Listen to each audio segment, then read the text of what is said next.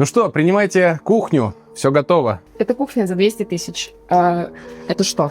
Послушайте, у нас был проект-план, вы его одобрили, договор подписали. Какие сейчас ко мне претензии? А теперь послушайте меня. По закону это называется некачественно оказанная услуга. Мы заплатили вам за нормальный ремонт, а это просто ни в какие ворота не лезет.